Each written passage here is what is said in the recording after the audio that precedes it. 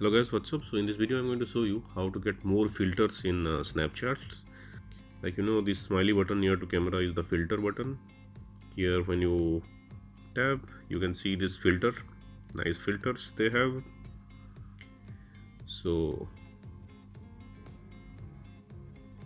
if you scroll down, these are the different filters.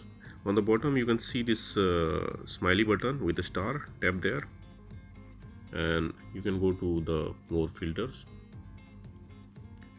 Here you can tap and you can subscribe them for more filters.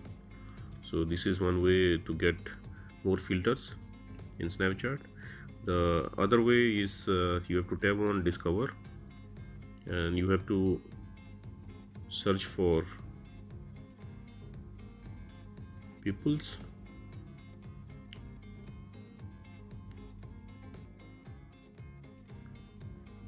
Okay, so you can see in the bottom try lens. Tap there and tap to unlock.